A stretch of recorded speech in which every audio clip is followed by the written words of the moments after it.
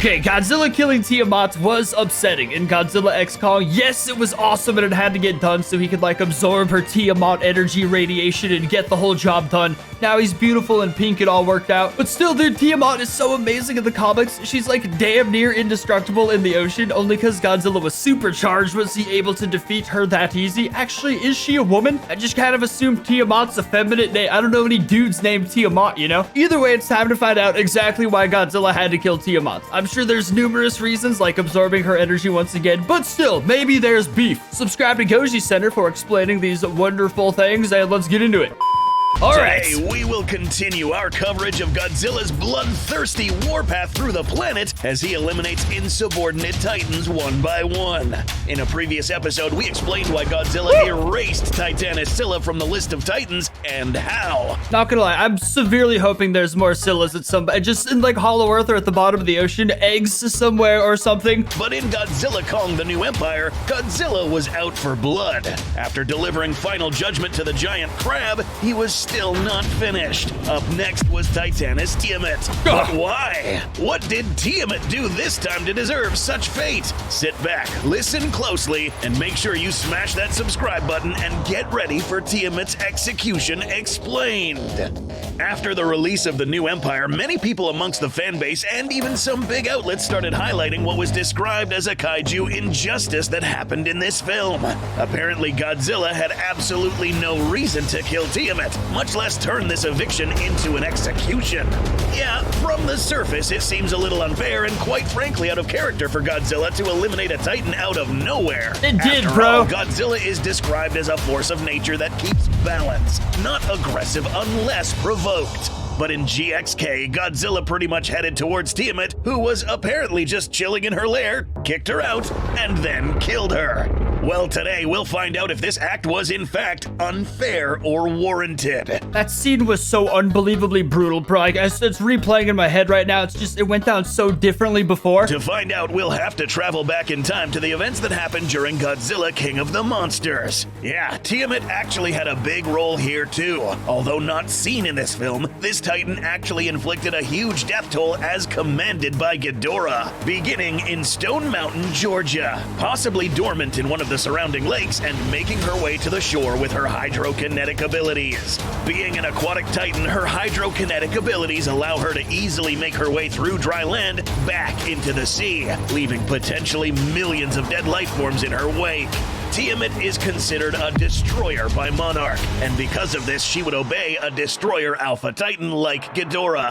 But this alone is not why she was on Godzilla's blacklist. Remember, both benevolent and malevolent titans were doing Ghidorah's bidding, so this act alone wasn't going to warrant her execution.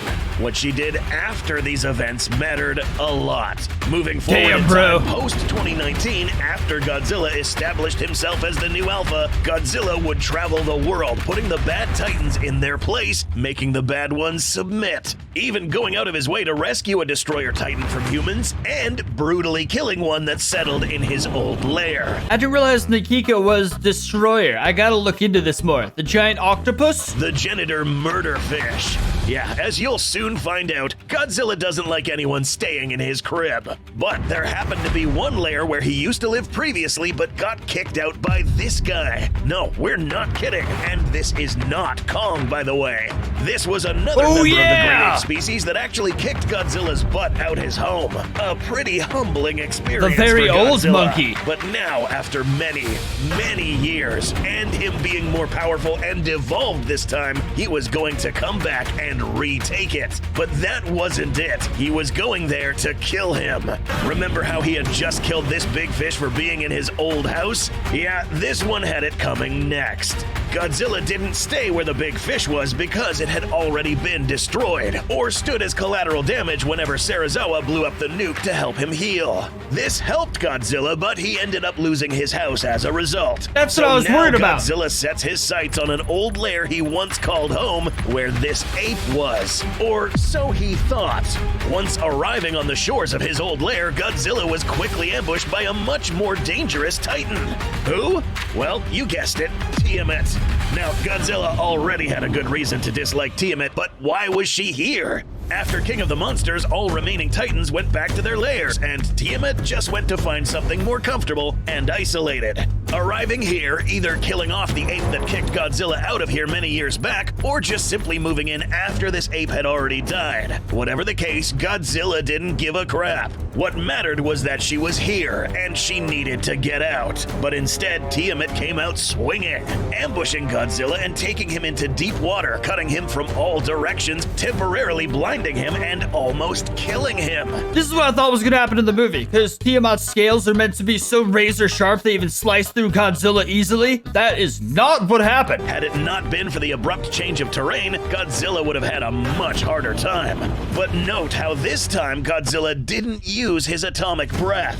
Yeah, Godzilla made her submit using his land advantage and stomped her into submission. She agreed and left. Perhaps Tiamat was too valuable of a Titan to kill right there. After all, she submitted and Godzilla let her leave in peace. But that doesn't mean Godzilla didn't hold a grudge here. From here on, as per the novelization of GXK The New Empire, Tiamat actually obeyed and found another place to settle. A grudge would make sense too, because the comic basically made it seem like Tiamat was the greatest, strongest kaiju in the water. Godzilla was gonna lose till they went up into a little underwater cave and he had a land advantage. He was losing though, but again, he didn't use his atomic breath, so like... After the events of Godzilla Dominion up to the year 2027, Tiamat had been compliant to Godzilla's command to stay out of trouble. Monarch had actually tracked her for months. There were absolutely no recorded incidents or even rumors of Tiamat causing trouble. In fact, it was mentioned in the novel that her whole objective was to stay away from Godzilla. A completely different mindset than what Scylla had, who, on the other hand, actually wanted a rematch.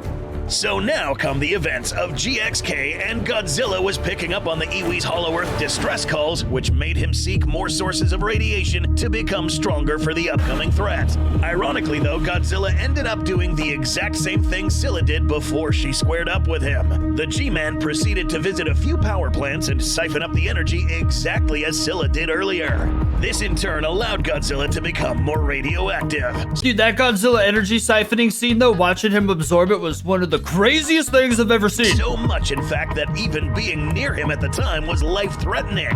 Whatever or whoever Godzilla was heading towards was about to have a really bad time. And it turned out that Titanus Tiamat happened to be the next stop. Coincidentally, Godzilla was making his way to the Arctic Pole not really because of Tiamat, but because of the valuable resource that was located where Tiamat lived.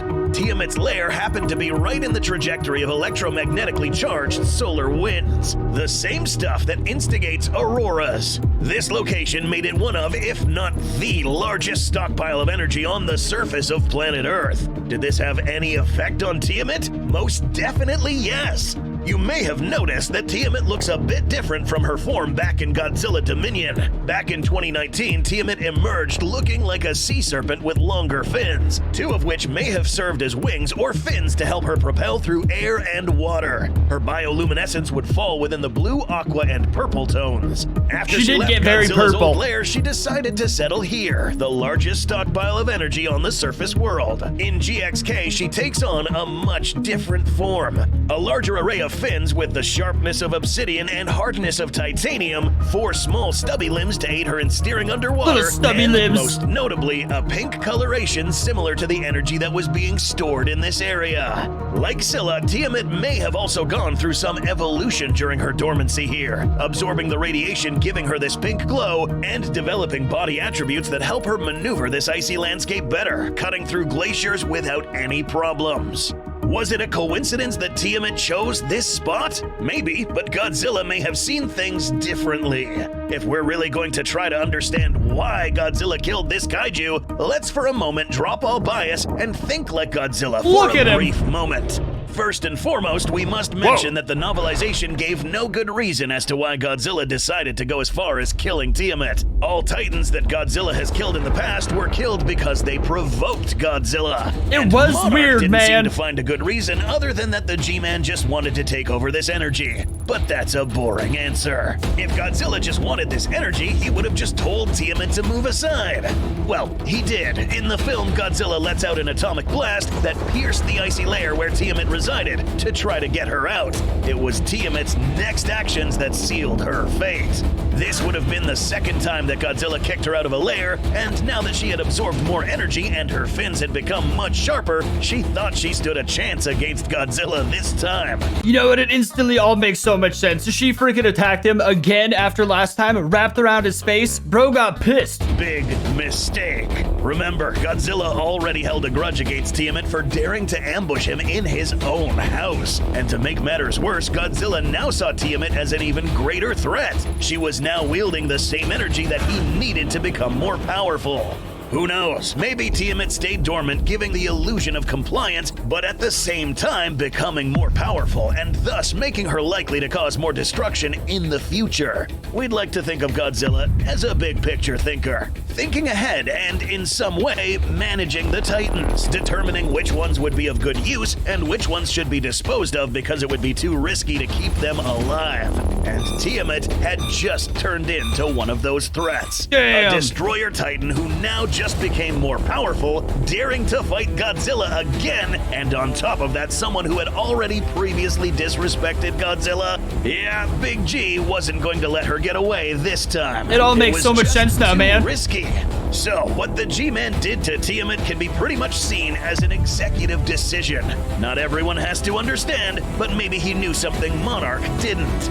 Admittedly, if anyone saw this happen and wasn't aware of the context before Godzilla turned Tiamat into cooked sashimi, then Godzilla would have actually looked like a tyrant. But we're not concluding this episode without explaining how Godzilla killed Tiamat. She's just too dangerous to be Tiamat, left alive. After being drawn out by the G-Man's atomic breath, goes on the offensive first, coiling around the G-Man just as she did in Godzilla Dominion, cutting into his hide.